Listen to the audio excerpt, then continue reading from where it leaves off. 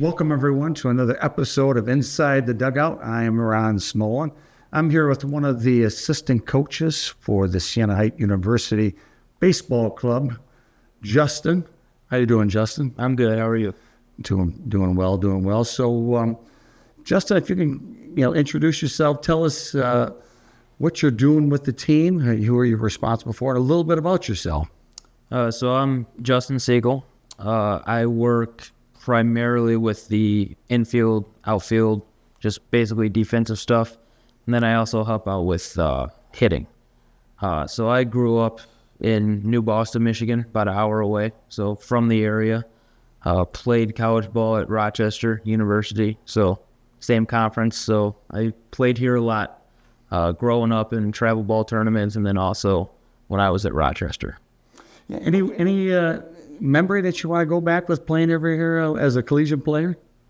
I was here I know there was some drama my last game here actually never mind. I don't want to talk about that. Oh, you could, but that's okay.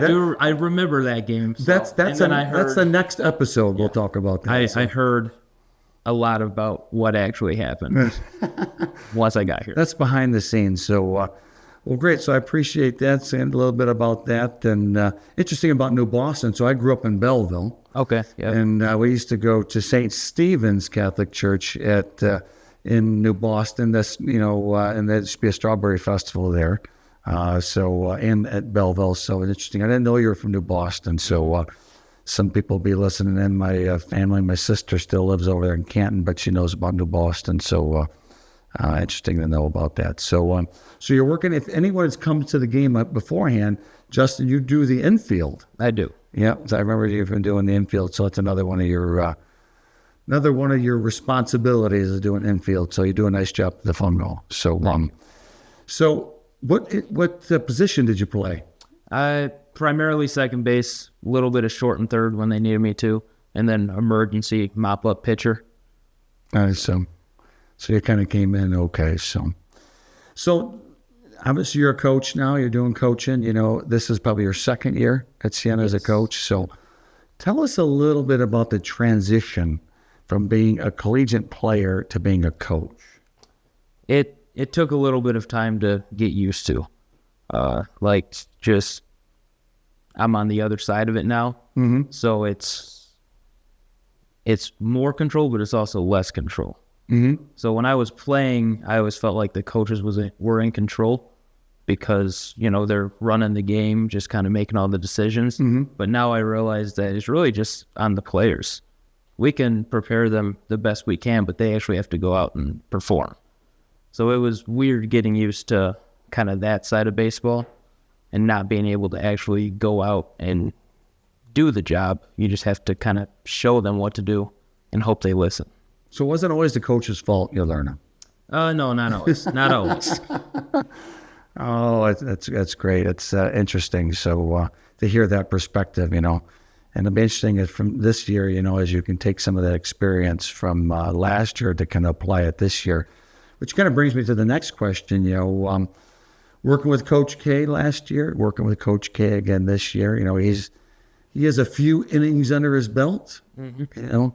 Probably a few thousand innings under his belt. So what one or two things that you learned from him last year that you can share about? Well, one thing I learned off the field is that coaching is a lot more paperwork and stuff like that than I thought. I thought, because when I showed up to practice and games, coach was just there playing baseball pretty much. Hitting fungos, throwing BP, baseball stuff. I didn't see all the hours that actually go into it, sitting at a computer, trying to deal with grades and eligibility stuff. So that's one thing.